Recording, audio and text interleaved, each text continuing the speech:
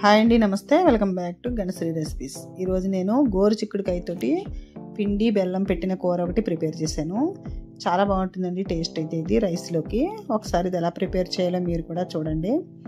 చాలా తొందరగా కూడా అయిపోతుంది. ఫస్ట్ టైం నా ఛానల్ చూసినట్లయితే గణశ్రీ రెసిపీస్ ఛానల్ సబ్స్క్రైబ్ చేసుకోండి.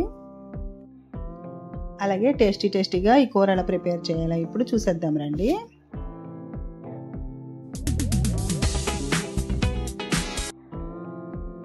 ఈ కూర తయారు చేయడానికి నేను ఒక 1/2 kg గోరుచిక్కుడు తీసుకున్నాను. శుభ్రంగా కడిగేసి చిన్న చిన్న ముక్కలుగా కట్ చేసుకున్నాను. ఇప్పుడు అవి ఉడకబెట్టుకోవాలి. ఒక 2 గ్లాసుల నీళ్ళు వరకు పోసి స్టవ్ మీద పెట్టి ఒక గిన్నెలో స్టవ్ మీద పెట్టి ఉడికించేసుకోవాలి. ఇలా వాటర్లో గోరుచిక్కుడుకాయ ముక్కలు వేసేసుకుని కొంచెం ఉప్పు అలాగే కొద్దిగా పసుపు కూడా వేసేసి మూత పెట్టేసి ఒక 10 నిమిషాల పాటు ఉడికించేసుకోవాలి. అలాగే కొద్దిగా చింతపండు, నిమ్మకాయలో సగం కంటే తక్కువ చింతపండు వేసి వాటర్ వేసుకుని నానబెట్టుకోవాలి. ఇలా ఒక కప్పుడు వాటర్ తీసుకుంటే సరిపోతుంది. 4-5 పచ్చిమిర్చి ఇలా పొడవుగా కట్ చేసి పెట్టుకోవాలి. ఇప్పుడైతే కొంచెం ఇవి ఉడికిపోతున్నాయి. ఇంచుమించుగా ఒక 10 నిమిషాలు పడుతుంది ఇవి ఉడకాలంటే. ఒకసారి ఉడికేయో లేదో చూసుకుని బాగా ఉడికిపోయిన తర్వాత వాటర్ అంతా వడపోసేసుకోవాలి. స్ట్రైనర్లో వేసేస్తే సరిపోతుంది. చాలామంది తీపి కూర అనేసరికి వద్దు అనేస్తారు, కానీ ఒకసారి ఇలా చేసి పెట్టండి, చాలా బాగుంటుంది, టేస్ట్ బాగుంటుంది. తప్పకుండా ఒకసారి ఇలా ట్రై చేసి చూడండి. ఇప్పుడైతే శుభ్రంగా ఉడికిపోయాయి కదా, వాటర్ అంతా రిమూవ్ చేస్తాము. ఇప్పుడు స్టవ్ మీద కడాయి పెట్టుకుని 1 టీ స్పూన్ వరకు ఆయిల్ వేసుకోండి. అది వేడెక్కేసిన తర్వాత పోపు వేసుకోవాలి. శనగపప్పు, మినపప్పు, ఆవాలు, జీలకర్ర కొద్దిగా వేసుకోవాలి. అలాగే ఒక 2 ఎండుమిర్చి కూడా కట్ చేసి వేసుకోండి. పోపు అంటే ఎప్పుడు ఇవే ఉంటాయి. రసంలో అయితే ఆవాలు, జీలకర్ర వేస్తాము. మామూలు కూరల్లో అయితే ఇలా పప్పులు కూడా వేసుకుంటాము. అలాగే ఇప్పుడు పచ్చిమిర్చి వేద్దాము, కరివేపాకు కూడా వేసేసుకుందాము.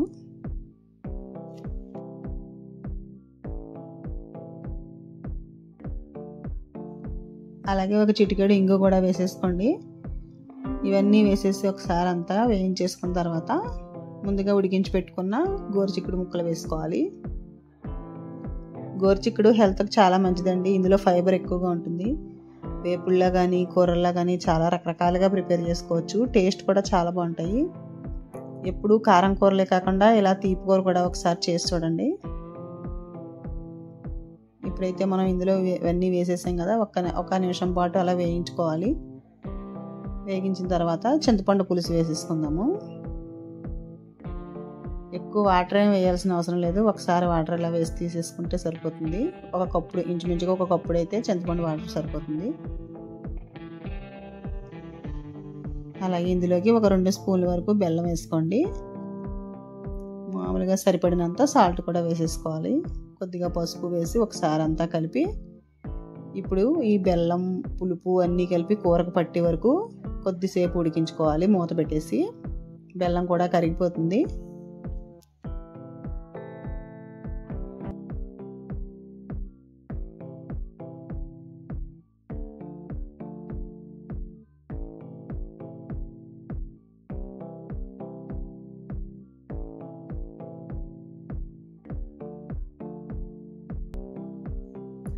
ఇందులో ఇప్పుడు పులుపు, తీపి కూడా కారం కూరకి అన్నీ కూడా బాగా పట్టాయి.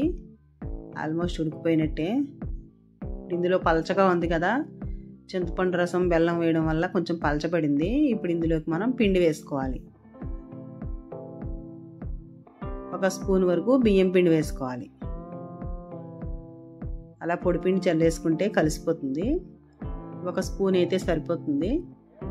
వేసేసి మొత్తం అంతా ఒకసారి కలుపుకోవాలి. వెంటనే కలిపేస్తే ఉండ కూడా కట్టదు. ఇందులో బియ్యం పిండే టేస్ట్ బాగుంటుంది. ఇలా ఒకసారి అంతా కలిపేసి కొంచెం సేపు మూత పెట్టేసి స్టవ్ లో ఫ్లేమ్లో పెట్టేసుకోండి. ఎక్కువసేపు ఏమీ అవసరం ఉండదు, కొద్దిసేపు అయితే సరిపోతుంది.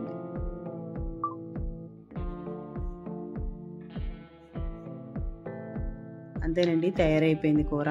టేస్టీగా గోరుచిక్కుడు కూర చాలా బాగుంటుంది. నాకైతే ఇది చాలా ఇష్టము.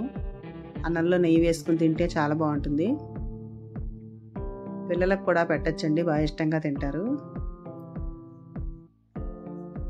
అలాగే మీకు ఇప్పుడు ఈ వీడియో నచ్చితే లైక్ చేయండి, షేర్ చేయండి. ఫస్ట్ టైం నా ఛానల్ చూసినట్లయితే గణశ్రీ రెసిపీస్ ఛానల్ ఇంకా మరిన్ని మంచి మంచి రెసిపీస్ కోసం సబ్స్క్రైబ్ చేసుకోవడం మర్చిపోకండి.